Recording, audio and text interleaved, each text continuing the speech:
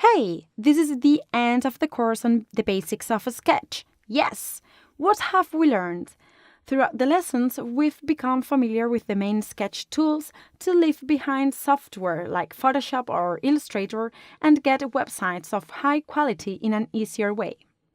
We've had an in-depth look to the artboards, layers and groups, grids and columns.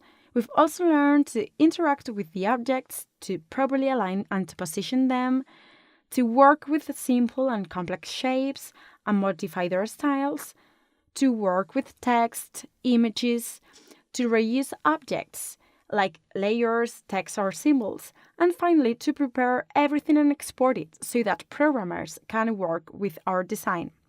And most importantly, at the end of the course, you've managed to create the main page of your portfolio. If you want to keep practicing and becoming familiar with a sketch, I invite you to complete your website adding new sections. This way, you'll get to know this toolkit more because I'm sure that you don't feel 100% comfortable yet when working with a sketch.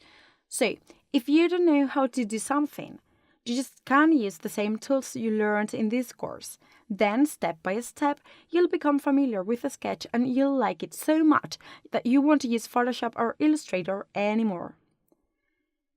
Once you master the basics of a sketch, I recommend that you join other sketch courses on Tutpad, where you'll find advanced courses like how to work with plugins, more complex symbols, how to prototype using Sketch, among many others.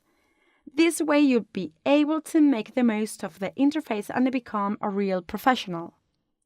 So guys, if you like it, share your project with the Tutpad community and leave your comments on the course. See you in the next course. Thank you very much.